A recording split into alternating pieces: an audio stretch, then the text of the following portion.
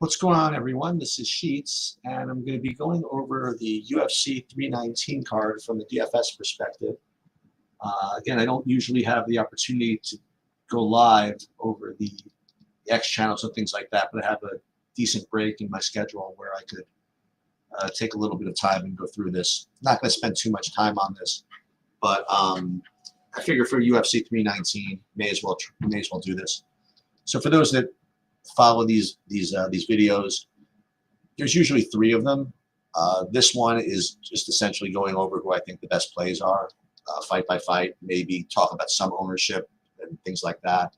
And then usually Friday, we do a betting breakdown, and it's more contrarian, it's more fun than anything else. And then sometimes I have the opportunity to do a lineup construction video where I specifically use SaberSim and just try to build for the 150. And that's, I think, my favorite one to do. But I figure I may as well go ahead and bang this one out because I don't know if I'm going to be around Friday or Saturday for follow-up. Maybe Friday evening, actually. But we'll see. So, first of all, from a DFS perspective, I don't know if this is going to be a hot take or not, but I think this is going to be a very low-scoring, honestly, DFS slate. When I go through these fights, there's a lot of, not a lot, but there's a decent amount of striker versus striker matchups. There's a couple of fights that just, for whatever reason, just don't feel, either using the metrics or instinct or whatever, to be particularly high scoring. And you match that up with a 12-fight card, which is pretty small, actually, for a big pay-per-view. It feels like it's going to be actually a low-scoring card, which means that, you know, wherever you can get the upside, you better take it. And what it also means is that, you know, it's going to get a lot of chalk in those spots. Like this main event between, Dricus du Plessis and Khamzat Chimaev, it's going to get just uber jammed. And again, as the kids like to say, and for good reason, you know, it's only a 12-fight card. You have 5 rounds of war, you know, between two really, really highly offensive fighters. It's just going to score. You know, Chimaev is, we'll get to it, but Chimaev is obviously extremely live for a first-round sub or a second or whatever, and du Plessis is very live as only a 2-to-1 underdog to get either a finish of his own or you know, drag Chimaev into the swamps, into the 3rd, 4th, and 5th round, and get a win that has all kinds of volume and stuff like that. So at his price, given that it's only a 12-fight card, I think that, you know, between these two guys, you're going to probably have to play them to some degree. Do you have to play 100% of them? Well, we'll talk about that when we do the 150 build maybe later in the week. But let's just go through, I mean, kind of fight by fight here. Like Karine Silva versus Dion Barboza. And she's a 2-to-1 favorite. And 8,800 seems reasonable. You know, there's no real great money line value here in Silva. I wonder if there's any takedown upside. You know, like the good news is that you do see at least one takedown in all the fights on the board here, and including this fight here against De Silva, where she actually got 5 takedowns. And the problem is that if you're going to get takedowns, you also usually want to follow it up with some ground strikes. And with these 5 takedowns, it was, you know, it was accompanied with control time, but only 27 significant strikes. I mean, if I told you someone was getting 5 takedowns and 83 and 800, 8 minutes of control time, I would expect more than 85 fantasy points. And you're going to probably need more than 85 fantasy points out of 8,800. Now, again, you have some other possibilities. All these first-round subs, they're obviously very live to be in the optimal. So I think overall, I think she's very viable because, and I guess only because, 12-fight slate. You know, if this were a huge 14-fight slate, I would probably put her on the fade side. But, you know, Silva also has the benefit of being 8,800, which is exactly the same price. I mean, not exactly, but almost the same price as Chimaev. So if you get lineups without Chimaev in it, you know, and you replace Silva with Chimaev or Chimaev with Silva somehow, I mean, you're getting just insane leverage there. So I do think that Silva, given everything that I've said, is pretty viable, kind of right off the bat. Deanne Barboza, I mean, she's only 2-1 underdog. She's got takedowns. Got 2 takedowns a couple of fights ago. She actually did get 1 takedown against Miranda Maverick. And coming off a first-round sub, I think she's fine, you know, at only 7,400. Again, you don't need to be too greedy with your underdogs here. I mean, it's a 12-fight card. If you get a $7,400 fighter on the winning side, that might be enough, you know. And so Barboza, I'm not particularly enthused with her, you know, her ability to score a ton of fantasy points, but anything can happen in these fights where you have the possibility of grappling. So I don't know. I think that this first fight might be a little bit sneaky. All right, Brian Battle versus Nursultan Ruziboyev. I still can't get any consensus on whether this guy is actually a wrestler or not. I mean, I've heard that back in the day, before he got in the UFC, he was a really like elite grappler or whatever, but I just haven't seen it. So I'm just gonna kind of go into the saying he's sort of well-rounded. The thing is, he's much bigger than Brian Battle, so he does have that advantage. But I think that this fight can go really a lot of ways. I mean, let's first look at the inside the distance line. Okay, so first of all, Battle inside at plus 150. I mean, that's pretty dang good. Okay, at his price, which is 8,600. We're going to get to a better opportunity later, but I think Battle is very reasonable with that inside the distance line. Now, again, this inside the distance line is only one pronged. It's only on one side, so we have to look at it again later. But it's certainly a better inside the distance line than Ruziboyev. I just worry that the variations where it's not a finish could end up really just not scoring too well. So if all we really have are these inside the distance lines, I think Battle is reasonable. And I think Ruziboyev at plus 255 at his price, I think that's got to be considered reasonable as well. So I think that, again, both of these first 2 fights I kind of think are playable. I don't know if I would say, okay, in my one lineup, I would grab from one of these, but maybe. Okay. And as you'll see as I go through these, I don't have too many opinions on who's undervalued or overvalued or anything like that. We'll talk about that in the betting breakdown. But we're just kind of, as DFS players, we're gonna probably assume that all these lines are accurate.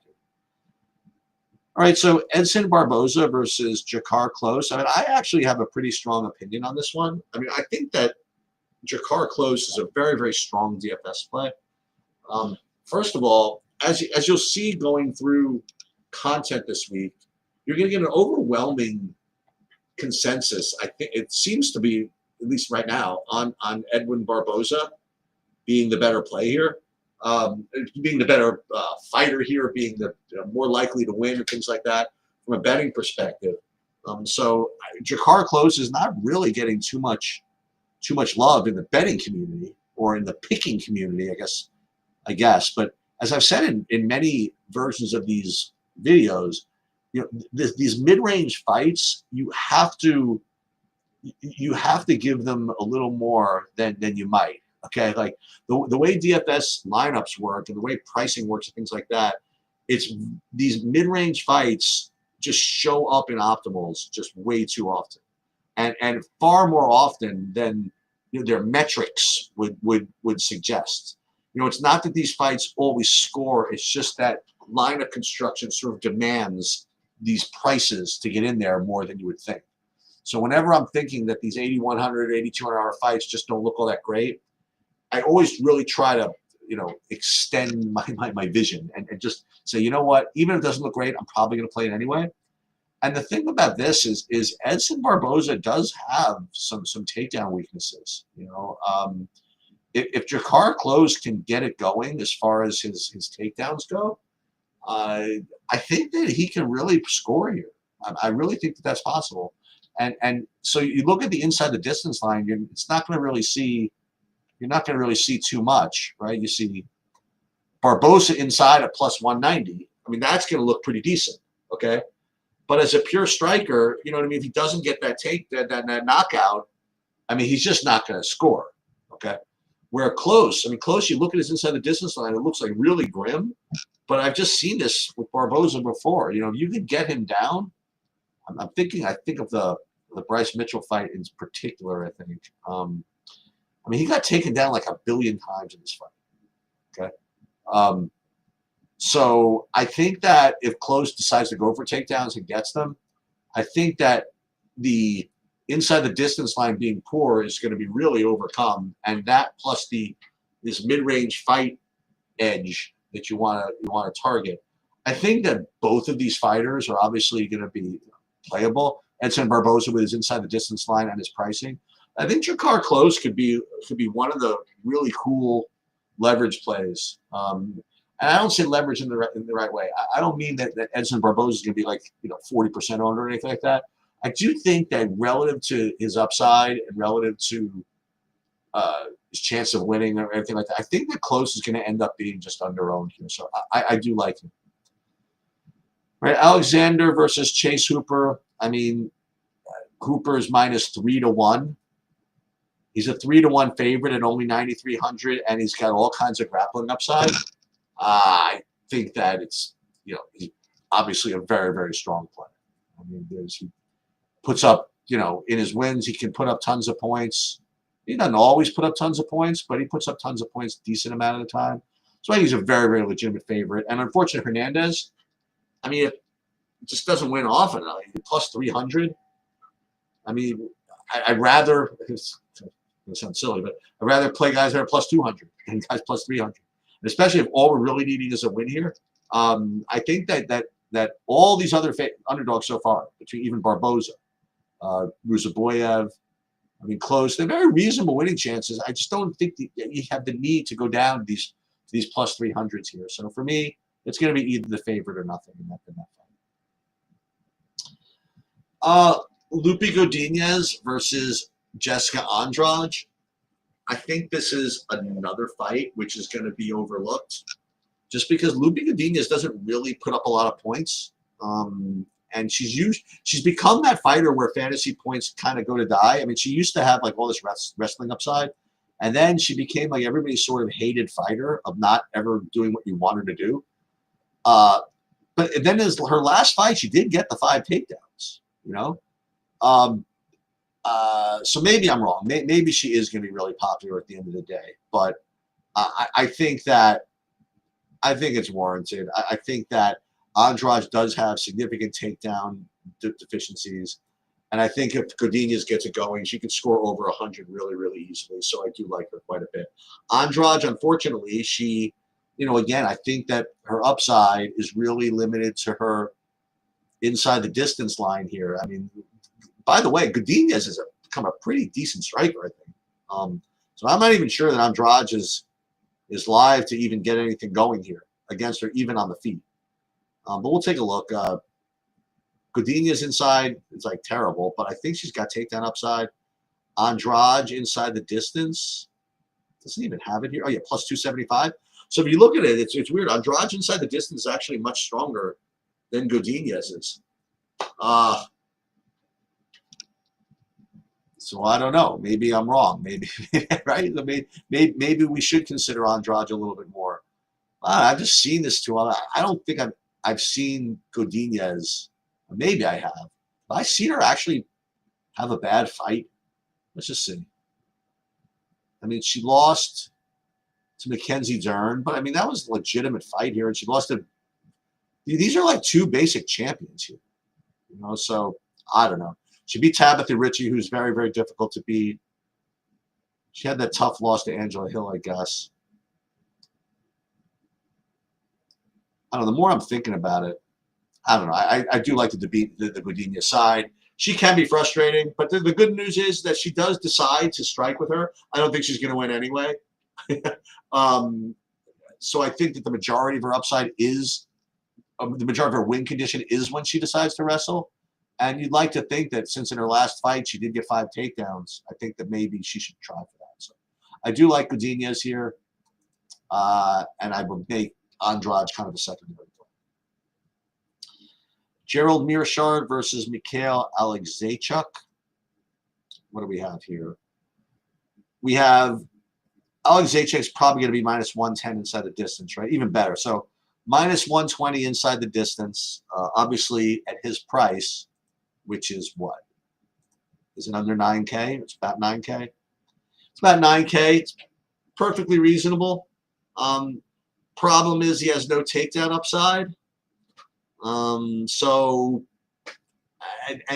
Mearshart has proven to be very, very durable. He takes a lot of punishment, so it's going to be tough. You know, he's a reasonable favorite, but like a lot of plays on this slate, there's nobody you're really like running over to bet here, you know, in DFS. So I think he's totally reasonable. And Mearshart at 7,200, the thing is that his win condition is almost always going to score, almost always, because his win condition is almost always by sub in the late rounds. So the question is Mearshart by sub in a late round going to be good enough to win? Well, yeah, I guess. I mean, let's look at some of these. So Stolfus, win by sub, third round, 62. Silva, win by sub against him. Round 3, 85. Is that enough? Probably.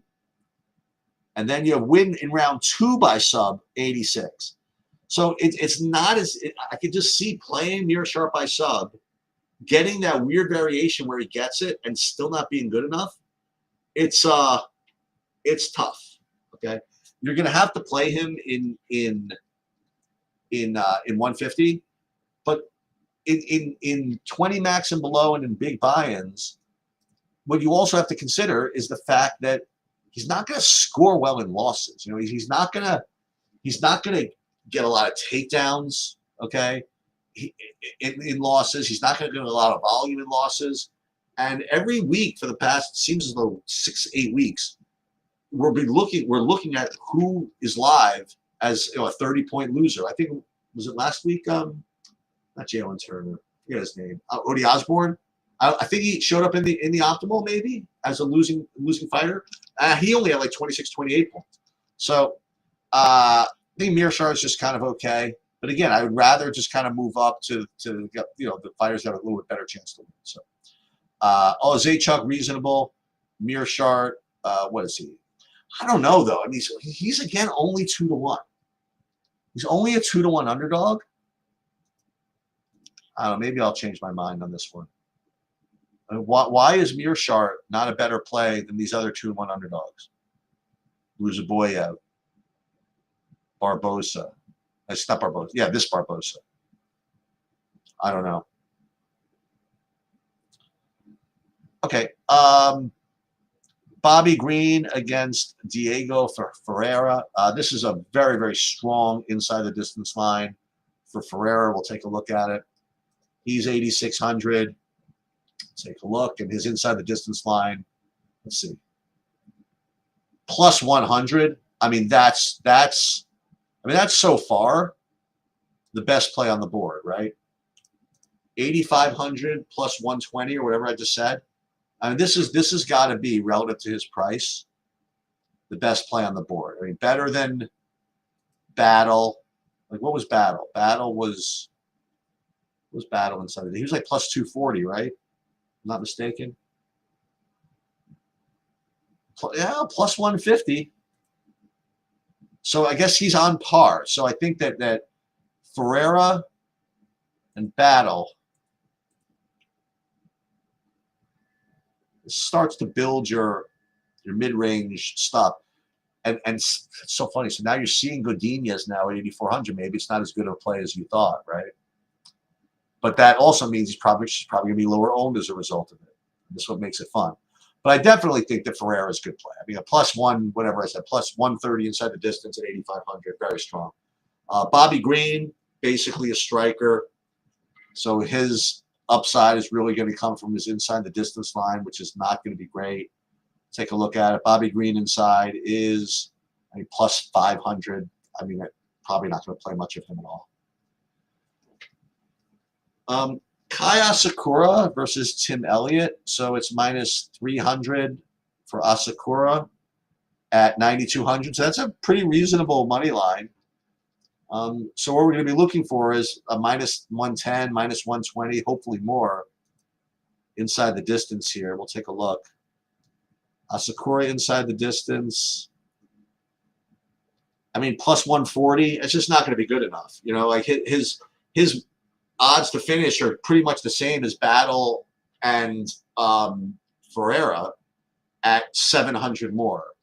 So to me, this is going to be a fade unless there's some, you know, big takedown upside that I'm unfamiliar with. So for me, Asakura probably a fade. Tim Elliott, I guess fine, you know, just like kind of an underdog with, again, a plus 270 chance to win. I mean, I would throw him into 150s, but I don't see any reason. I don't see any money line value per se. I don't see any huge, you know, takedown upside per se. I mean, maybe you want to look at Tim Elliott's record here. Yeah, I mean, okay. So a couple of fights we did get 6 takedowns. All right, you know what? We'll throw him in. Okay, again, this record of like a takedown every fight. This puts him in in the underdog mix because again, even in losses, he can do okay, right? As a matter of fact, I think Tim Elliott. Oh boy, who's a better player, Tim Elliott or Gerald Meerschaert? Boy, that Gerald Meerschaert money line at only plus 2 to 1 probably answers that question.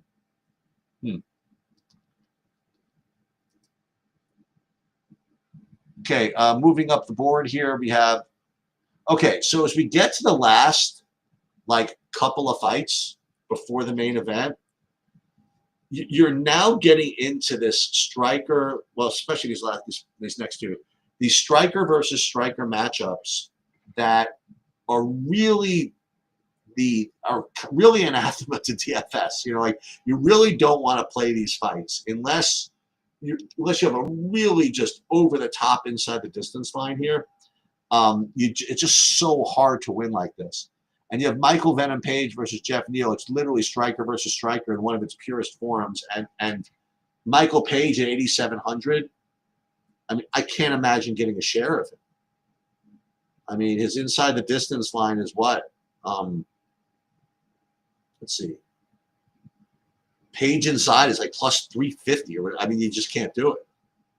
Cannonier inside is like plus like 1 million. You know what I mean? Like this fight is just, well, it might be kind of a good fight for UFC. You know, I think it's an atrocious fight for DFS. The only thing I would say is if, in fact, somehow, well, here's another like pretty high money line $7,100 fighter. I mean, check this out. You have Jeff Neal 7,100 or whatever he is, and he's only plus 190 to win. I mean, I will say this: I certainly prefer the Neal. Excuse me, we'll get to him in a second. Sorry, we're gonna get to him in a second. Cannonier, I was saying, is plus 165. His price is what? 7,500. So that's a little bit different.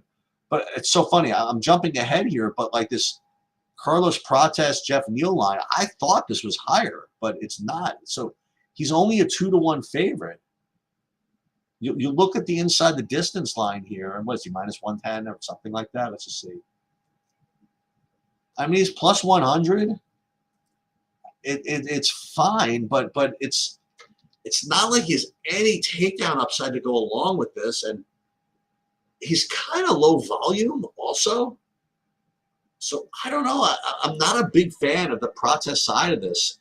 But I'm telling you, the more I'm going up and down this card, there's a bunch of these $7,100 fighters who are less than 2 to 1 to lose. So maybe, I mean, we go backwards. Maybe this Barbosa play is trash. You know, maybe this. Who else? Hernandez plus 3 to 1. I would never want to play him. What was Ruzaboyev's line? Hold on, let's look at him again. Okay, this is only plus 140. Like all these underdogs here are plus 200, I think are very reasonable, even just to get wins. So how do you compare these? How do you compare like Jeff Neal to say Gerald Mearshart? To say, I don't know. Let's talk about the punts for a minute. I guess those are the only two we're talking about now. To Tim Elliott. Tim Elliott just doesn't have the same win odds. So I guess Neal and Mearshart, like Mearshart's got more finishing upside in his wins, I guess. And they're both only 2 to 1.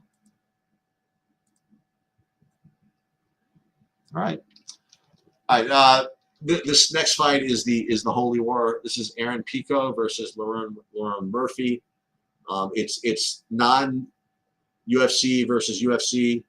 Pico coming in, always had a lot of hype behind him. He's finally getting his chance against the guy who just never loses. Okay, like Lauren Murphy, he's awesome. I couldn't imagine like why Pico would be favored over him. I mean, all this guy does is win. Look at this fight against Barboza. I mean, he tooled on him for like 5 rounds. I mean, honestly, with like unlimited cardio. Yeah, he did get takedowns against Ige, takedowns against Kulabau. He beats Gabriel Santos. I mean, I would play Gabriel Santos against Pico. So I don't know. I mean, I can't imagine this. But nonetheless, Pico, when you look at his money line, there's no denying this. You know what I mean? This is the thing, All-Star. It's like he's minus 180 and he's only 8,200. He's just gonna get jammed, right? So again, this is not really what this is about, but we'll talk about it. Like Pico, like by all metrics, is an incredible DFS play. He's 8,200. He's minus 180 to win, and he also probably has some takedown upside if he gets it going. So what that's going to mean, unfortunately for you, is that you're going to probably have to play Murphy as well, because you're going to get that much love on this side of the fight. You're going to have to find leverage. And when you have the $8K, $8,200 fight big as well, I mean, I think that, again, I didn't really want to get too into ownership and leverage on this slate, but you'd have to say that Lerone Murphy is got to be one of the best DFS plays on the board. Okay. His metrics are terrible, and Pico's metrics are amazing. But this is one of the things that I play all the time, is you find the most obvious play and just play against it as long as it's moderately reasonable. And I think it's safe to say that Lerone Murphy's play at 8K is at least moderately reasonable. Maybe gets takedowns going, but I think even a win over a guy who's going to be 30% owned plus, it's got to be good enough. So I do like Lerone Murphy. I do like both sides of this. Obviously, Pico's a good play, but I would not play Pico in lineups with other chalky plays. For example, right?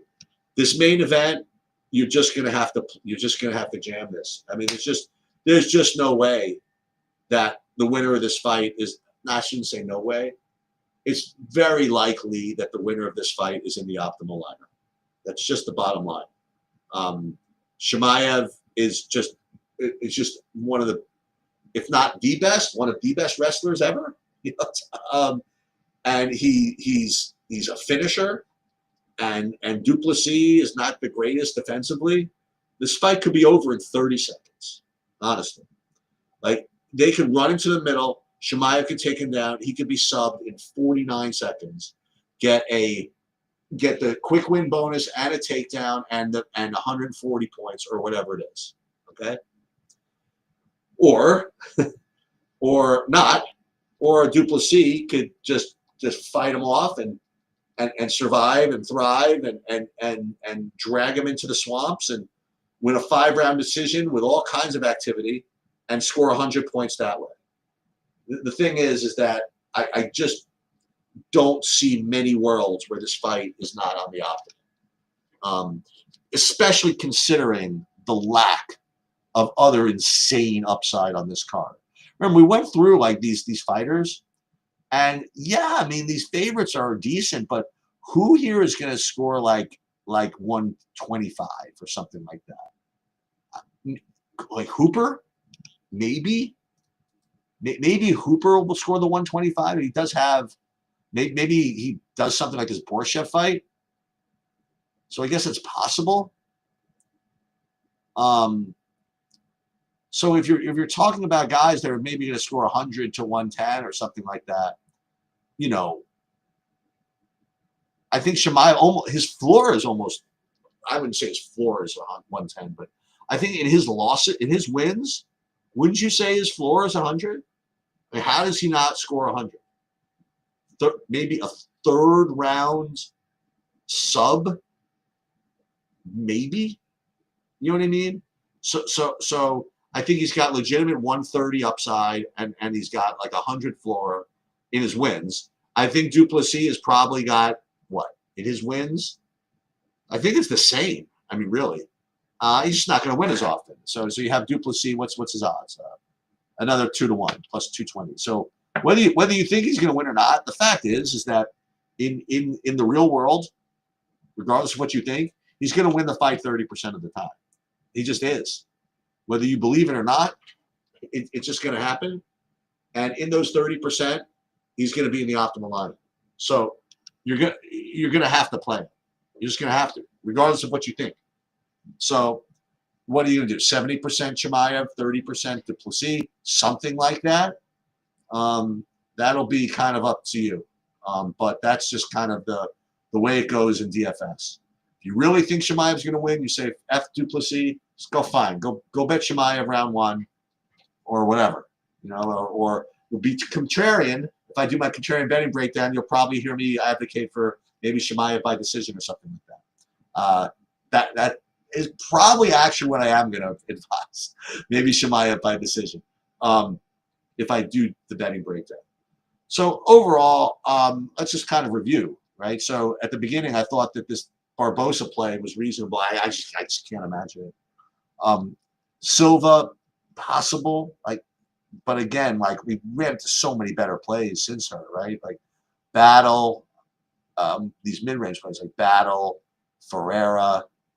You know, these are very strong. Pico, let's call it what it is. You know, very strong mid-range plays. Loopy, I just see myself getting frustrated if I play her. You know, yeah, she can get the takedowns, I guess, but she's got to actually want to do it. You know, and I'm going to play her because she's going to be lower owned than some of these other plays. But, yeah. So, again, just to kind of recap, kind of best sneaky plays, I guess, would be Lerone Murphy and I guess Jakar Close. Those would be my two kind of weird plays. And that's pretty much all I have.